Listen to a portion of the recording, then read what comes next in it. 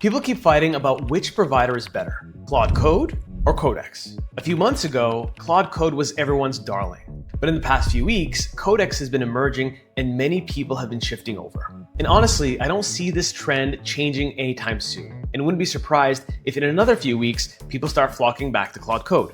But here's the part that nobody's talking about. When it comes to skills, both providers can handle them, but the way they're designed, used, and executed are pretty different. You'll end up having to recycle and recreate skills over and over again. So the point of this video is to equip you with one single skill that you can use as a universal adapter to convert a Claude Code skill to a Codex skill and vice versa. So by the end of this video, I'm going to give you a skill and slash command that you can use to maintain your nimbleness in this ever-changing space.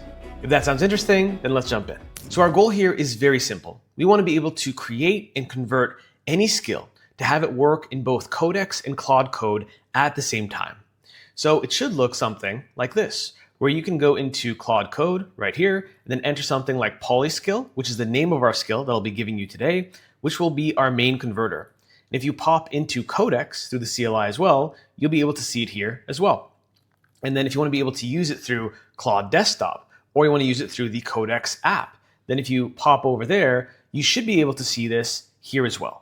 And the best part of this is that if you have the right skill and process, this is as simple as just executing the exact same skill in two different folders and making sure it shows up and renders correctly. Now, although the overall concept of a skill is the same between openai and anthropic, when it comes to the mechanics and nuts and bolts, there are some nuances. So in Claude Code, you can do something more nuanced, where you can actually drop a terminal command in the middle of a skill, and it will know how and when to execute it. While you can execute something similar in Codex, it wouldn't be in the exact same way from a structure standpoint. And when it comes to Codex specifically, it has this cap on reading all the descriptions of skills, where if you have too many skills, at some point, it might not read the description at all of a particular skill, or it will get cut off. So imagine you have a description where you set the context of when to use the skill, but all of your triggers are at the very end. It might not ever see them. Whereas in Claude Code, it will ram all your descriptions as is, as long as they're below a certain character limit within the context window as soon as you start a new session. And on the Codex side, we have an extra configuration file that's called a sidecar, or another YAML file, where it can have more details on what tools and services it should be able to connect to from that particular skill. And this is something that's not present in Claude Code. So you have two choices. Either you constantly maintain and manually convert every single time you want to do the equivalent of moving houses from openai to Codex, or you do all the work once, get the leverage you need, and use one skill called polyskill to take care of everything for you. And by the way, if you like the way I teach and you want access to all of my exclusive content, along with our Claude Code Living course, where we add one new module every single week that you'll never see on YouTube, then you want to check out the first link down below for my early A adopters community. If you want to be able to audit what courses exist and what's coming next, we have a link on our About page that you can check out to make sure it's the right decision for you. All right, back to the video. But before we jump into the nitty-gritty, just in case you're not as familiar with skills or you don't know all of the core components that can comprise a skill, here's your quick TLDR. So the anatomy of an average agent skill looks like this. You have a skill MD, then you have the name and description. In Claude Code, for example, the name is in what's called kebab case. This has your markdown body, walking through all the terminal commands, all the context, all the order of operations. And then you have this section that's called scripts. And in scripts, you can have some Python scripts that Claude Code uses or executes to get the job done.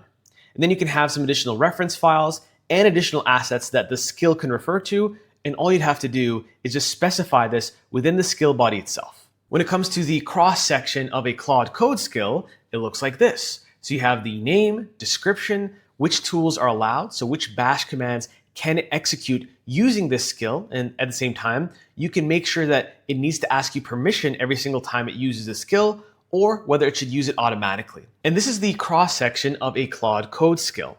So if we zoom in, we have the name, we have the description, which tools bash commands are allowed to be executed by the skill, and then we have this additional field that's called disable model invocation, which means, do you want the skill to run autonomously based on Claude Code's judgment, or do you want it to elicit your approval every single time? And then in the body, like we said, we have this thing that's called dynamic injection, and this is the equivalent of being able to run a specific slash command. Now, the technical term for this is this exclamation mark is called a bang, and this is called a backtick. So a backtick bang is how it would see this terminal command and execute it by proxy. And Codex's looks very similar. So if we zoom into here, again, we have name, we have description, where ideally it's better for you to add the trigger at the very beginning so you don't run into that memory issue we mentioned before. And then we have the short description, but notice how it's under the heading metadata. So this is where the short description goes. And then we have this complementary file, again called the sidecar or configuration YAML file, that will include things like how it should be displayed in the interface of the Codex app, which icon it should be represented by, the default prompt, any form of dependencies on tools, any policies, same thing on the invocation, but again, it's under a policy heading, etc. So both are functionally able of very similar things, but there are nuances that would have one skill misfire in the other provider. So now that we're on the same page, this is how my polyskill works. We have a definition.markdown file, and this is where it identifies what the skill you're trying to convert looks like. And then it understands how it should be activated and how it should differentiate its body to work for both Claude as well as Codex, and create this YAML file if needed for the Codex skill version. And you can think of my skill again as a form of adapter. This is a universal travel adapter, just as an analogy. And behind the scenes, you pretty much have three core pieces. The first piece is what I call the shared structure. It's basically a neutral version of what each skill needs to be, irrespective of the specifics of the structure and syntax. The second piece are the adapters. You can think of them like cartridges. If you plug a cartridge in, that tool is now supported by that skill. And if you pull it out, it's no longer available. And the third piece is just the CLI, command line interface. And if you want to add multiple tools to both providers, then it's as simple as a natural language command. So by some miracle, if Gemini becomes competitive enough to something like Codex or Claude Code in the near future, and you want to be able to add this functionality to the adapter, it wouldn't be that hard. All you'd have to do is use your provider of choice to analyze the structure of a Gemini skill, look for the schema, and then find a way to basically abide by it and convert to all three different outputs. And I've designed it to be as plug and play as possible. So all you have to do is bring the skill and the associated assets to the specific skills folder for that particular provider. And once that's done, all you'll have to do is write polyskill install, and in stage 2, you'll officially be able to tap into both runtimes of both tools. And stage 3 is as simple as writing polyskill and saying convert my insert name of specific skill here. And in Codex, it would be the $sign if you're using the CLI instead of the / command.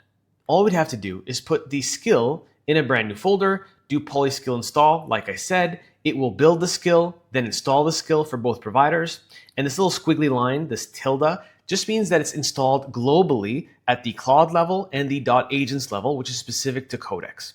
Then once we have that and scroll down, you could send a prompt as simple as this. So I could do /polyskill, and then this is the name of a skill that I have that basically analyzes YouTube content from other competitors. And then I just tell it, go and convert this to work with Codex.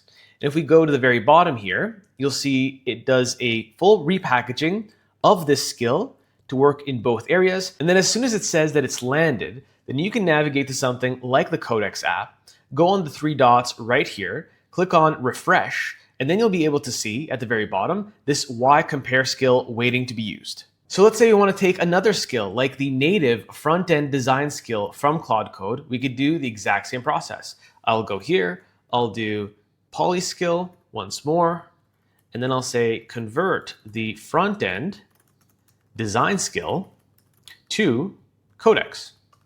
And then it should be able to go look for the configuration, look at how it works down to the nth degree, and then replicate that same functionality to work in Codex as well. And I didn't have to pause the video for long, and it finished in under 10 seconds. So theoretically, all of these assets should be installed. And if we go into Codex, you can see right here, we can't see it off the cuff. But if we do a double click here, we do a refresh, and we go to the very bottom, we should be able to see, there we go, the front-end design skill. And it's as easy as doing try and chat, using it, building whatever you want, and now you have this two-way communication between Codex and Claude Code. And you'd have the identical experience in the Codex app, where if you use $polyskill and you tell it to use one of the Codex native skills, you can bring this to Claude Code in under a minute And pretty much you can see right here, it imported this agent email inbox skill. And if we pop into our terminal and we /clear and we do something like agent inbox, let's do actually /agent inbox, you could see it right here. And the best part of this process is because you can do this seamless two-way communication and two-way conversion, anytime you bring any skill in, it could be from Cursor, it could be from Gemini, you could say, I want you to take said skill, adapt it, and disseminate it to both providers so I can use it turnkey out of the box. And that's really it. So we focused on skills, but this could be extended to focus on things like rules, hooks, different parts of both systems that you want to keep in sync at all times. So you have the full freedom to go to GPT 5.7 or Opus 5 or whatever new model comes out that everyone will side with for a temporary short of time. And this will keep you nimble so that when the day comes and you have Codex 6 or Opus 5.5, you can switch to the model where you feel that your workflow executes the best. And like I said, you'll be able to grab this entire skill in the second link down below, and you'll be able to adapt it for your specific use cases. But if you want to be able to access my ongoing updates to this skill, along with everything else I maintain for my exclusive community, including our living course where I keep adding brand new modules you'll never see on YouTube, then check the first link down below, and maybe I'll see you in my early adopters community. For the rest of you, if you found this helpful, if you found it novel, then please let me know by leaving a like on the video and a comment if you so choose, and I'll see you in the next one.